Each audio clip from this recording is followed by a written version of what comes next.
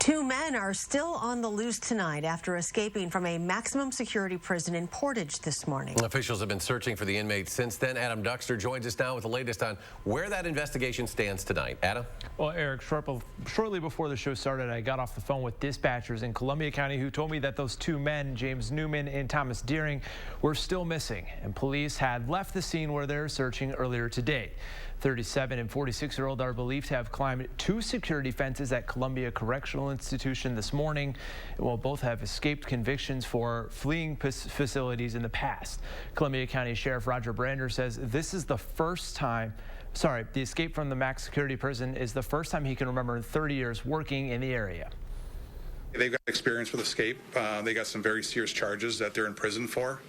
I imagine that they are thinking that they don't want to go back, and that's why it's a concern for all of us. That's why we had almost every officer out this morning looking right away and tracking it. That's why we involved the federal agencies, because we want to keep our community safe. The sheriff didn't know the inmates' destination, but there were indications they were heading south. He says in addition to finding the two, they're trying to figure out just how they got out in the first place. We're working with CCI staff. We're working with the federal agencies to try to find out exactly what happened, who was involved, and how they got out of the prison.